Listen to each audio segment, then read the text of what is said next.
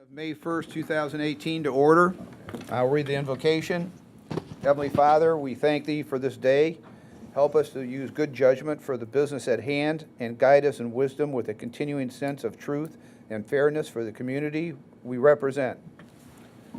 I pledge allegiance to the flag of the United States of America and to the republic for which it stands, one nation under God, indivisible, with liberty and justice for all.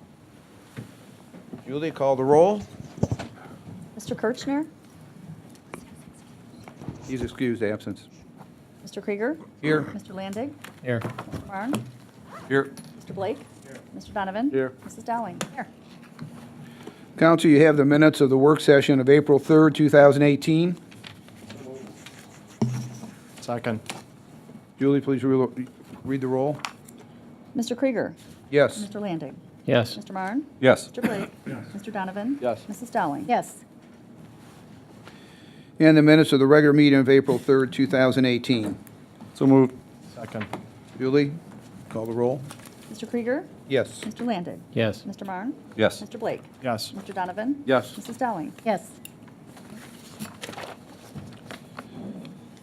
We have a presentation tonight, this evening by Leanne Shahanik, Assistant Lab Director of the Lake County Crime Lab. Ms. Shahanik? Thank you for having me here tonight. I promise to be brief. I'm sure many of you have already heard about the Crime Lab levy that's on the ballot for next Tuesday. And so I would just like to take a moment to present some information to you in support of the levy and ask for your support as the City of Mentor and as the community of Mentor to support the Lake County Crime Lab. The Crime Laboratory's last levy was in 1999. We've made that levy last for 18 years. That levy currently generates approximately $1.5 million annually for the operation of the laboratory. And as you can probably guess, operating costs have increased in 18 years. The estimated cost for operating the laboratory for 2018 is approaching $3 million. So we are basically in critical funding mode right now. If this levy does not pass, it will be extremely detrimental to Lake County law enforcement and fire agencies. The annual cost of DNA testing alone at the crime lab has increased 733% since 2008. That cost is a coupling of the actual cost of the testing along with an increase in the number of evidence submissions that we are getting. The technology for testing DNA evidence has gotten so much better over the last 18 years. We can now test evidence that in 1999 we never would have dreamed of attempting DNA testing on. And because of that increase in sensitivity and testing capabilities, of course, the number of samples that we test has skyrocketed. It's actually up over 400% since 2008. The number of firearms-related evidence cases that we're testing has increased just over 360% just since 2011. And overall, the number of evidence items submitted to the laboratory since 2008 has increased 57%. All of this is factoring in to the increase in the cost of laboratory operations. If this levy does not pass next week, how is it going to affect Lake County? Well, initially, we're going to have approximately 50% layoff of laboratory personnel. And thus, we'll have to cut a lot of services that we're currently performing, or at least cut back on what we can do as far as the number of evidence items tested. A lot of that testing that we're doing is not going to be available through the state laboratory, which is the other option that law enforcement and fire departments have for having their evidence tested at no charge. Due to the amount of evidence that the state laboratory gets at any given time, because they're servicing the rest of the state that doesn't have their own laboratory to send their evidence to, it's going to lead to larger backlogs You're going to be waiting 6 months, possibly a year, before you get laboratory reports for the evidence examinations back from the state. There are also, especially in DNA, some testing that the state just cannot do, not because they don't have the capability, they just don't have the resources. And most of that is the touch DNA testing on property crimes that we're doing, where people handle items in your home and we can get their DNA profile from handled items. The state lab can't do those on property crimes because they don't have the resources. And those cases alone comprise approximately 75% of the cases we're working here in Lake County. We're solving those crimes, property crimes, before these people can escalate to potentially violent crimes. We're getting these people off the streets. And as you're all aware as well of the opioid problem that's plaguing the entire United States, but Ohio more strongly than many, that problem is causing increase in drug evidence that's submitted to the laboratory. And we're constantly finding evidence with new substances that we've never seen before. These fentanyl analogs, these opioids that are coming in from Mexico, they're coming in from China, are just constantly changing and being tweaked a little bit to where we have to keep identifying them. We've identified 14 new opioid analogs in the past couple years. And it's an ever-growing problem that we're having to fight. Because of these new opioids, it takes longer to run these drug analyses because we have to identify new compounds. And as these cases just keep coming in and coming in and coming in, we're in desperate need of additional funding to fight this problem. And of course, with any crime situation, drugs fuel other crime. So a lot of the property crimes that we're seeing, a lot of the firearms crimes that we're seeing, those are fueled by the opioid problem, by those people that are breaking into homes and businesses to get money or items that they can pawn to buy their drugs. So it's just a piling on of case after case after case, all related back to the opioid problem. You have a gem here in Lake County. There are not many places that can say they have a county laboratory that specifically works cases for that county at no charge to the law enforcement agencies. Our entire funding base comes from this tax levy, and then an occasional grant from the state or federal government that's specific to a certain discipline or for certain items. We do take cases from outside of Lake County on a fee basis. So they will have to pay for the testing that is performed if they so choose. We do take some cases from Geauga County, specifically for DNA because they can't get that DNA tested at the state laboratory. We also take toxicology testing for Ashtabula County, and we will do that in-house. But again, they pay for those services, whereas the Lake County law enforcement agencies don't have to pay for those services. So law enforcement agencies, if this levy does not pass, will most likely have to take their evidence to Richfield would be the closest place that they could go. So right now, Mentor pretty much comes every single day to deliver evidence to the laboratory. If they have to take evidence to Richfield, maybe once or twice a week, I would guess, would be the travel time down to Richfield. Fire departments, it's even farther. They're going to have to take their evidence down to Columbus. It has to go to the State Fire Marshal's Laboratory for Arson Investigations. We are one of very few labs that have their own arson investigation unit within the laboratory. And if anyone knows Dave Green, who's our criminalist over everything under the sun except for DNA, he's a jack of all trades. He is a gem to have. So much knowledge, the laboratory staff has so much knowledge to impart. Many of us have 15 plus years of experience doing what we do. That's not something you find in a lot of laboratories who have a lot of newer analysts because their caseload is increasing. So we're asking for your support. We realize at this point that it's kind of late to get a resolution, which is a lot of the city councils have already done. And I will say you are my last city council meeting, but of course we always save the best for last. So I have been to, I think, 7 city councils myself throughout this. We did make it a point to hit all of the city councils and ask for support.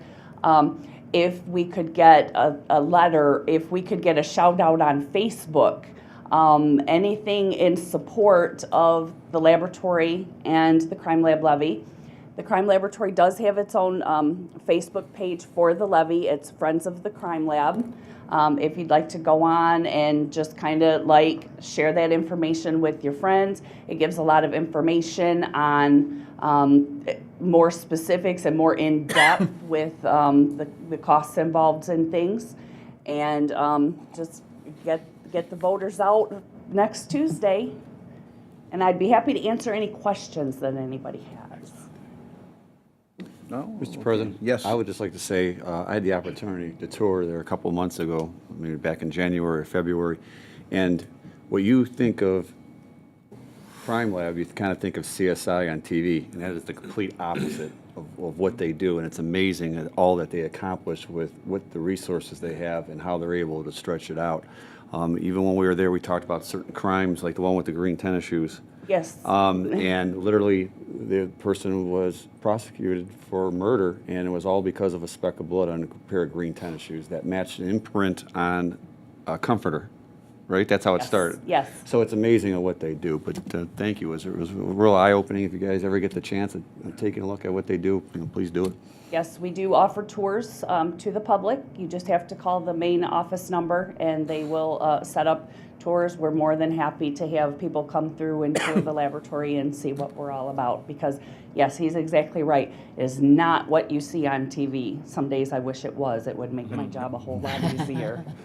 Thank you, Leanne. I know our county prosecutor, Chuck Olson, has been strong about getting this accomplished, and what an attribute it is, not only to the county, but even our Mentor Police Department, obviously, as you said, uses your facilities on a daily basis. And it affects all the citizens of the county, but also of Mentor. It's going to affect Absolutely. your friends, relatives, neighbors, and it's very worthwhile.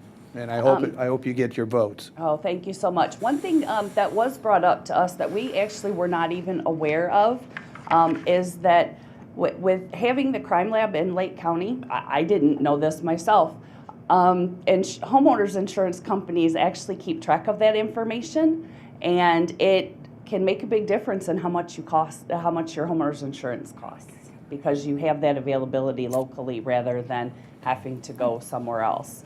So that is also a big plus to the citizens of Lake County. One thing I did forget to mention really quick, the levy is a 0.4 mil levy. So the cost to the homeowner in property taxes is going to be $14 per $100,000 of home valuation. So it is a very economical safety tool here in Lake County. Thank you, Leanne. Thank you. Okay, public hearings, we have none. Tabled legislation, I don't know if you're ready to move forward on this ordinance? Not at this time, Mr. President. Okay, so we'll remain that tabled. Please. On ordinance 18-0-026. New legislation, ordinance number 18-0-034. An ordinance authorizing the city manager to enter into a contract with Logicalis, Inc. for data center storage server upgrade and declaring an emergency. Mr. Flippia. Thank you, Mr. President, members of council, and Ali Sayan is here if you have any particular detailed questions. But essentially, with the greater demand for data usage and the services that we provide, along with GIS capabilities that have been enhanced dramatically, we just simply need to continue to upgrade our storage requirement. So this is essentially what this contract will do.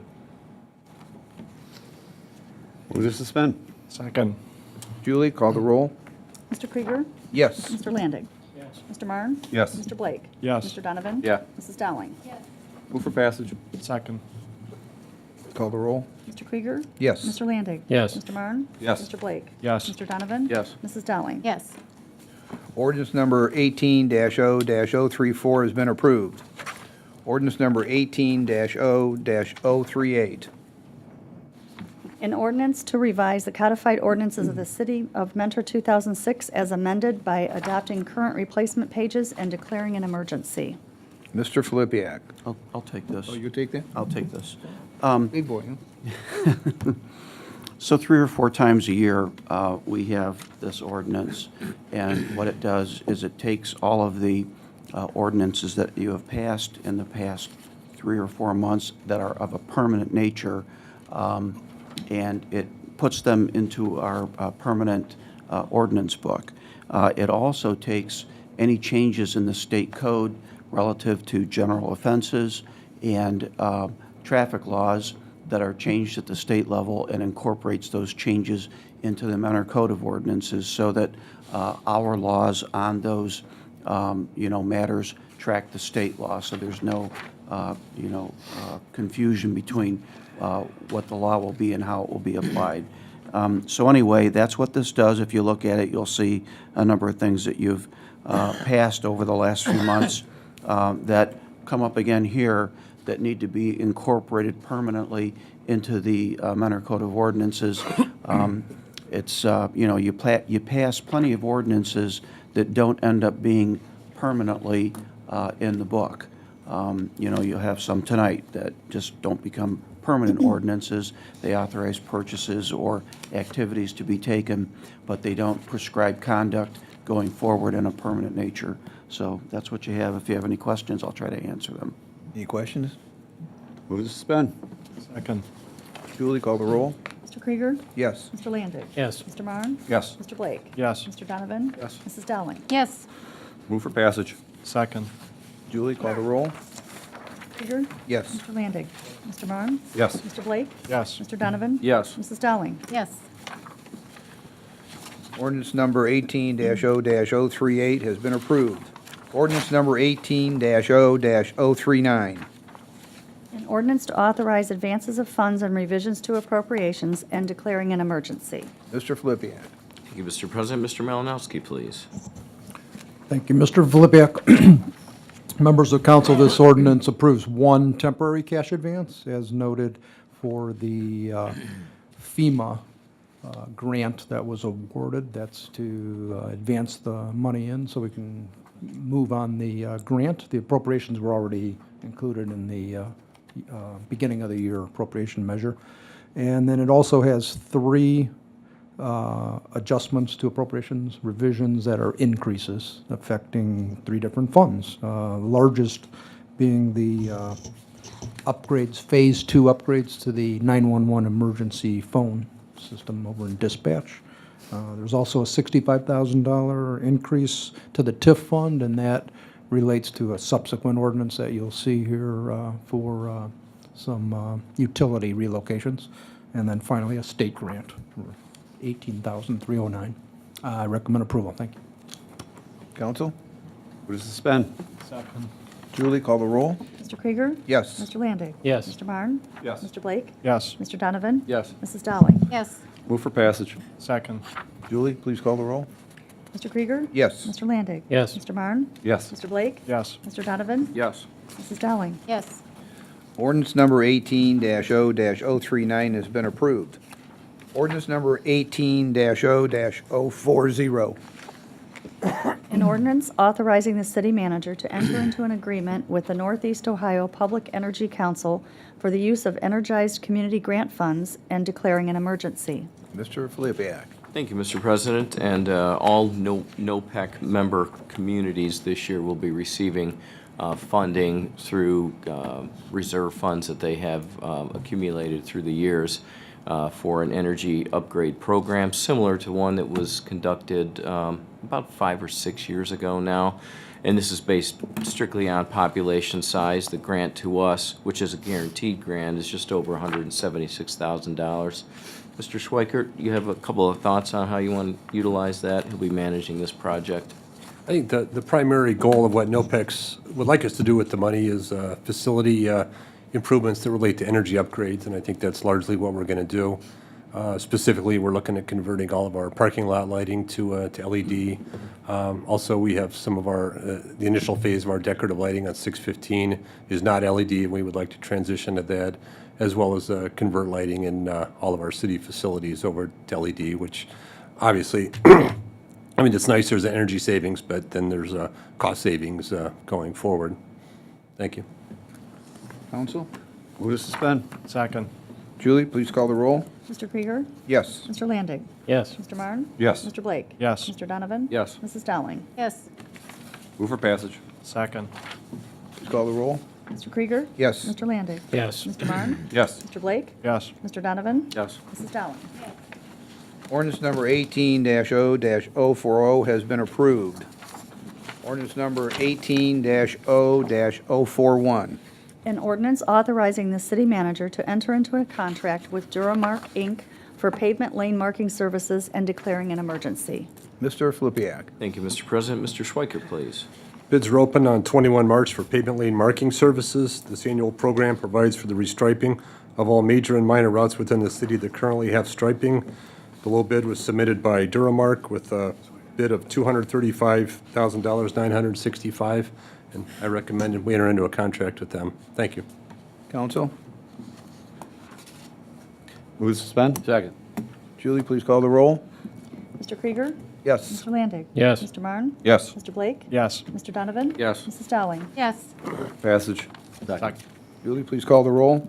Mr. Krieger? Yes. Mr. Landig? Yes. Mr. Marne? Yes. Mr. Blake? Yes. Mr. Donovan? Yes. Mrs. Dowling? yes, Ordinance number 18-0-041 has been approved. Ordinance number 18-0-042. An ordinance authorizing the city manager to enter into a work agreement with the illuminating company for utility relocation for the Center Street resurfacing, right turn lane, and signalization project and declaring an emergency. Mr. Flippia. Thank you, Mr. President. Mr. Swigger, please. Thank you, Mr. Filipiak. Overhead utility relocation work has been determined to be necessary for construction of the signalized intersection of Tyler Boulevard with the new City Market entrance drive. As part of this work, the illuminating company must remove one utility pole in conflict with the new access drive, install 3 new utility poles, install and/or transfer overhead cables, and install underground conduit and cables. The illuminating company does have right to compensation for this work. The overall cost for the work is estimated at $64,790.87, and the work will be coordinated with other utility relocation in the vicinity, and your approval is recommended. Thank you. Counsel? Move to suspend. Second. Julie, please call the roll. Mr. Krieger? Yes. Mr. Landig? Yes. Mr. Marne? Yes. Mr. Blake? Yes. Mr. Donovan? Yes. Mrs. Dowling? yes, Move for passage. Second. Julie, please call the roll. Mr. Krieger? Yes. Mr. Landig? Yes. Mr. Marne? Yes. Mr. Blake? Yes. Mr. Donovan? Yes. Mrs. Dowling? yes, Ordinance number 18-0-042 has been approved. Ordinance number 18-0-043. An ordinance authorizing the execution and delivery of an economic development grant with Cardinal Auto Wash and declaring an emergency. Mr. Flippia. Mr. Traub, please. Thank you, Mr. Filipiak, Mr. President, and members of council. This is part of an overall initiative that frankly has received council support over the years relative to our Old Village area. While the project specifically is for visually improving a car wash, it nevertheless represents a continued investment and reinvestment in our Old Village area. The particular building that you're going to be enhancing is what has been affectionately referred to as the drive-through beverage store, which according to the initial plans that were viewed by the Planning Commission was going to remain a painted block building, while alongside of it was, no surprise, a cardinal red car wash. Through negotiations with the administration, myself, in discussion with them, they agreed to make this additional investment in the range of $30,000 to $40,000 to improve that building by putting on this facade. You'll note that the furring strips have already been installed on the building, and of course, the next step is to install the siding itself.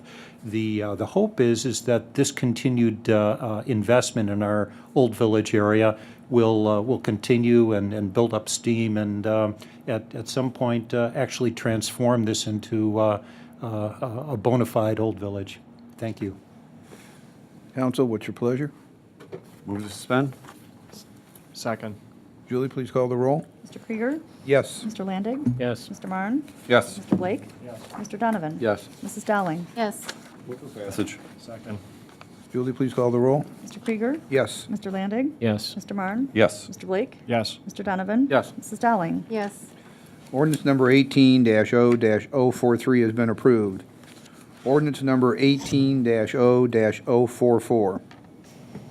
An ordinance authorizing the execution and delivery of a Mentor incentive grant with Accurate Metal Sawing Service Company and declaring an emergency. Mr. Flippia. Thank you, Mr. President, and this is another great opportunity that we present to you to allow for some growth with one of our long-standing mentor companies.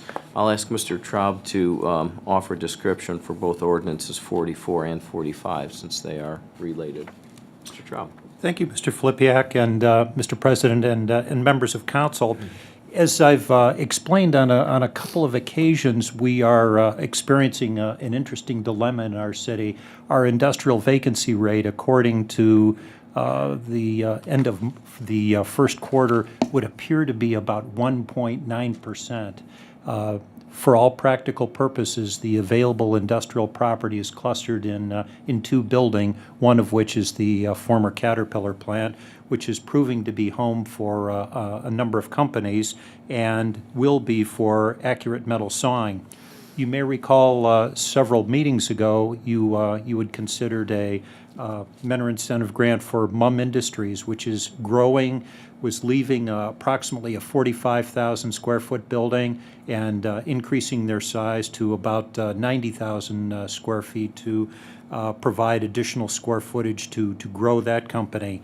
In this case, we have an existing company also located in town that is actually downsizing in terms of the size of the building, but as I've been assured by principals with the company, it's going to allow them a more efficient use of that space and will continue the trend of increasing the number of jobs within the company, which they are bound to by the terms of the incentive grant.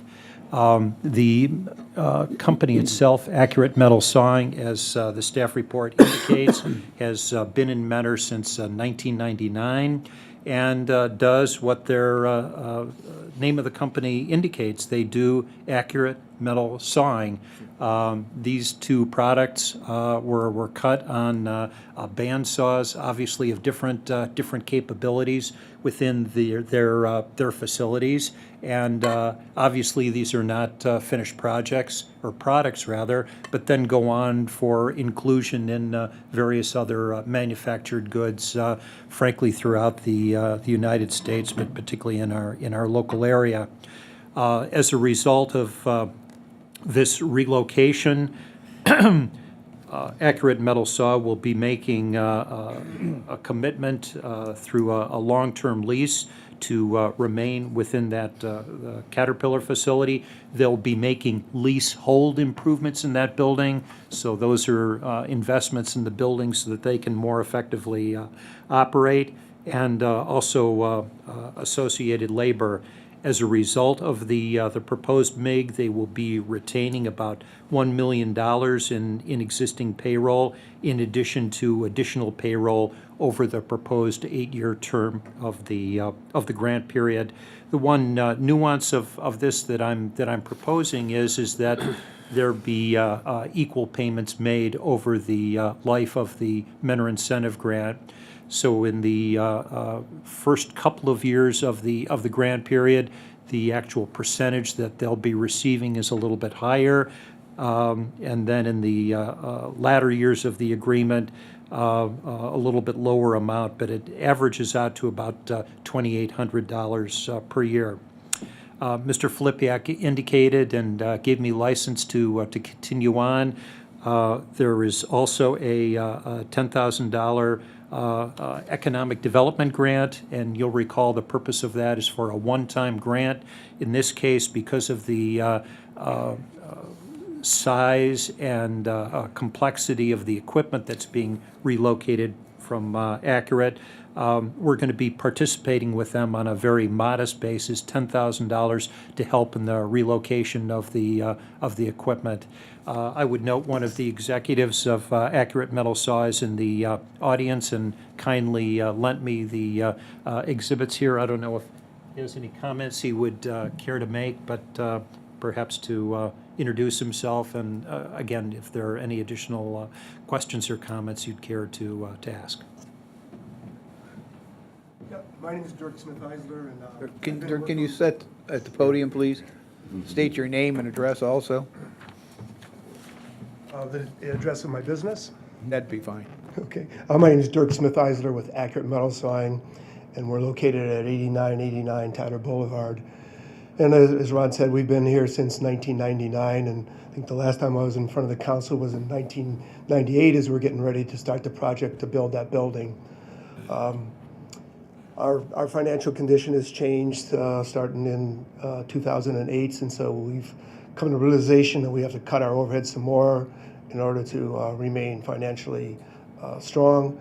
That's why the reason for it that we're going to be downsizing. My main motivation to keep going, even though I'm well past retirement age, and I could either at this point I could close up and just go on my way, but I have a lot of employees who've been with me for a long time. Our core group of employees, the average tenure is 27 years, and most of them started when they were in their early 20s, and now they're in their late 40s and early 50s, and they're my motivation to keep going too, so we can continue to provide jobs for them, and as well as myself too. I think that's pretty much it. I've been there for 47 years, and I think I've got another 10 years to go. One of my first things I'll do once this move is completed, one of the first things next year on my agenda is to create a transition plan with my employees. So if they choose to keep the business going, they'll be able to do that. And I thank you very much for your consideration. Mr. President? Thank you for staying in Mentor. Yeah, I'm really glad Don? we're able to. Hey, thank you so much for the commitment to your employees. That's hard to come by today. Instead of taking yourself, a lot of selfish people out there would close up, take the money, and run away. And we really appreciate you taking care of your people like that. Thank you. Very rare today. Thanks a lot. Appreciate that. Thank you. Thank you. Thank you. Council, what's your pleasure? Move to suspend. Second. Julie, call the roll.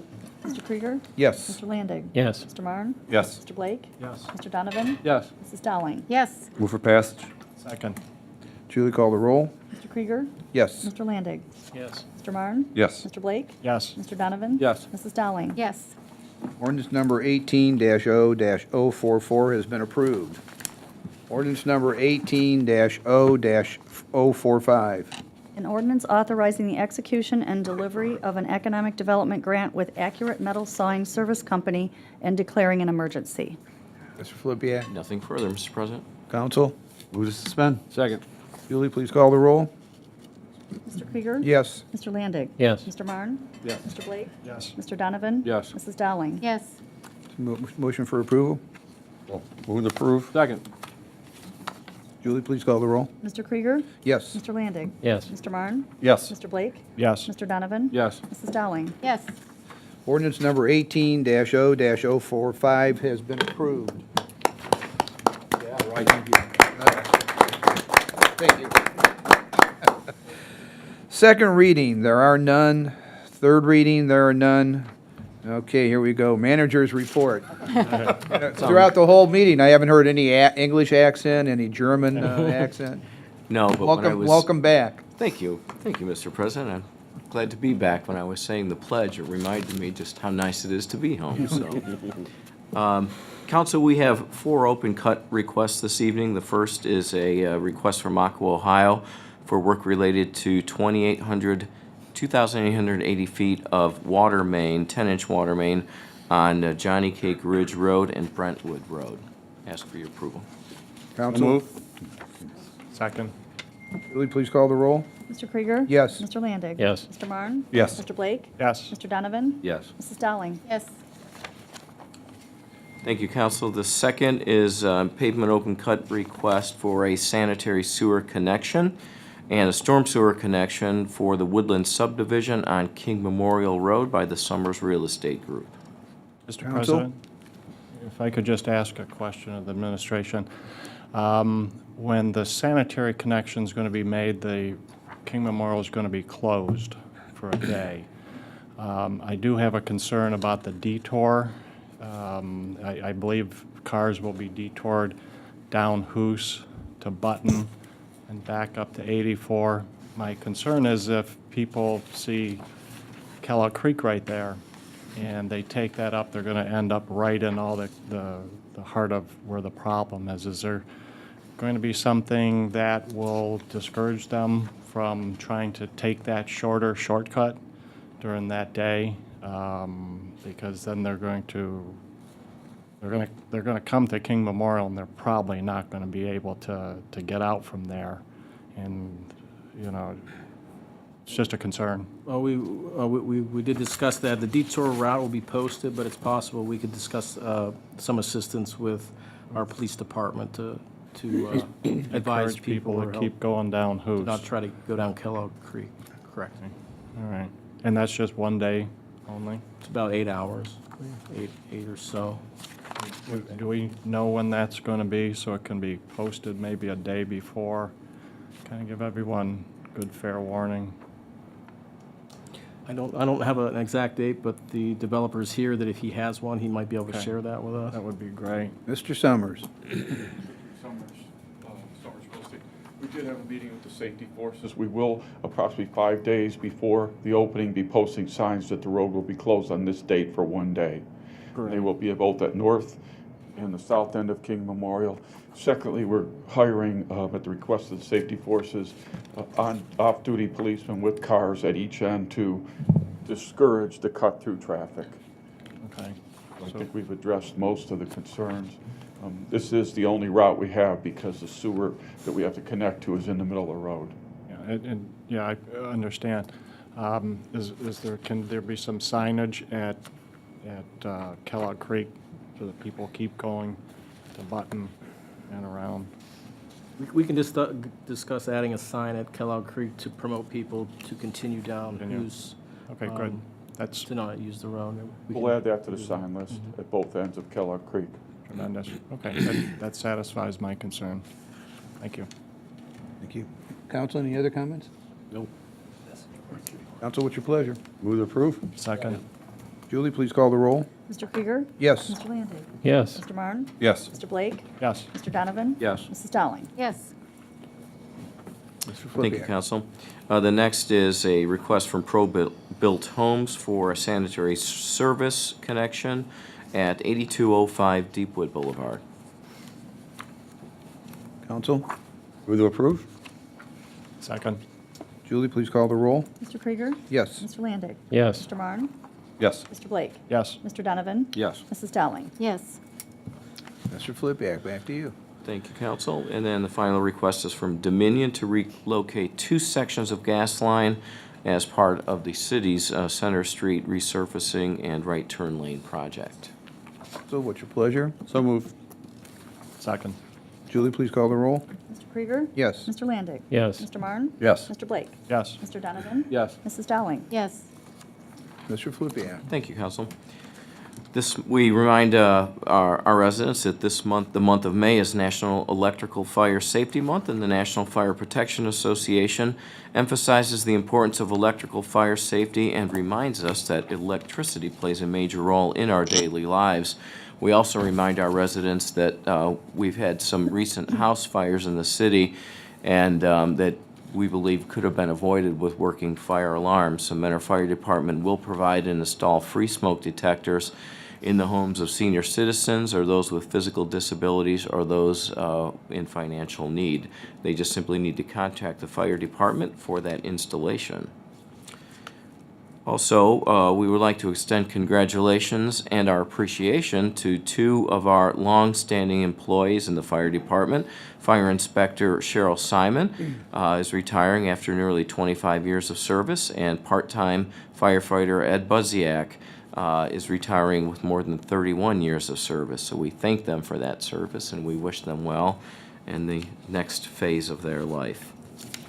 Reminder to residents that Clover Avenue between Tyler Boulevard and the railroad tracks has been renamed Plaza Boulevard. That name change went into effect today, and the new signage was also installed today.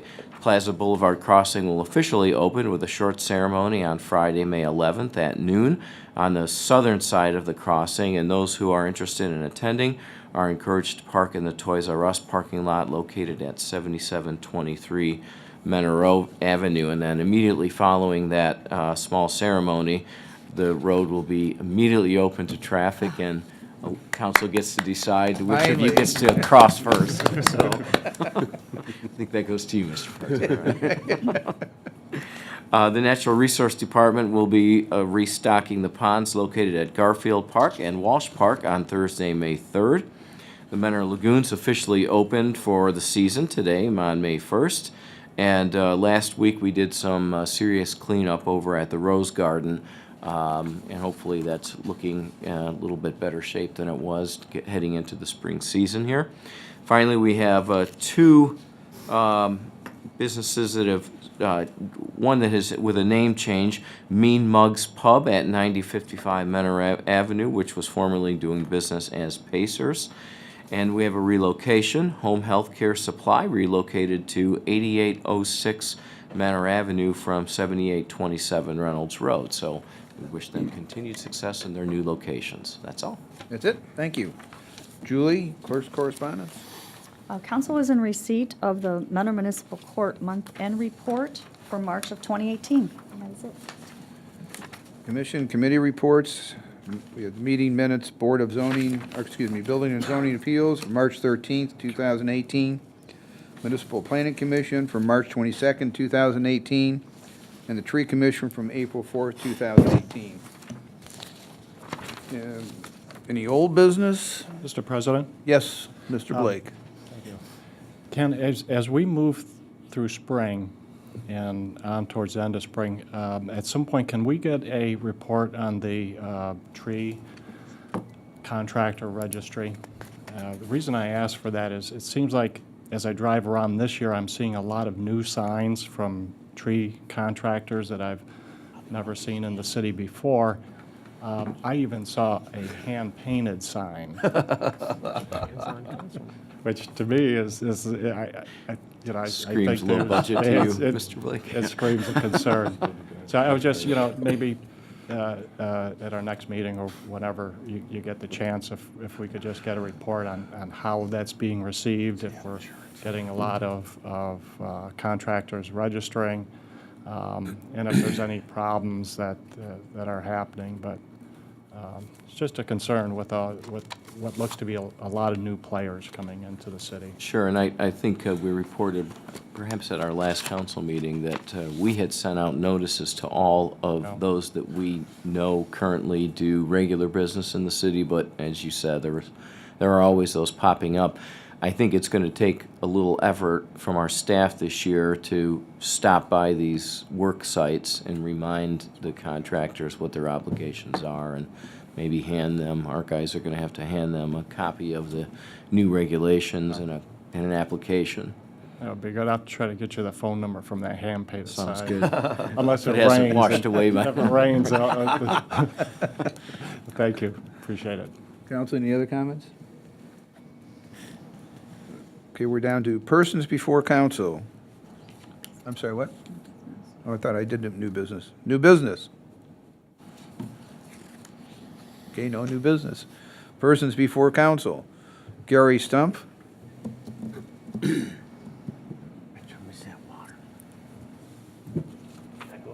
Please.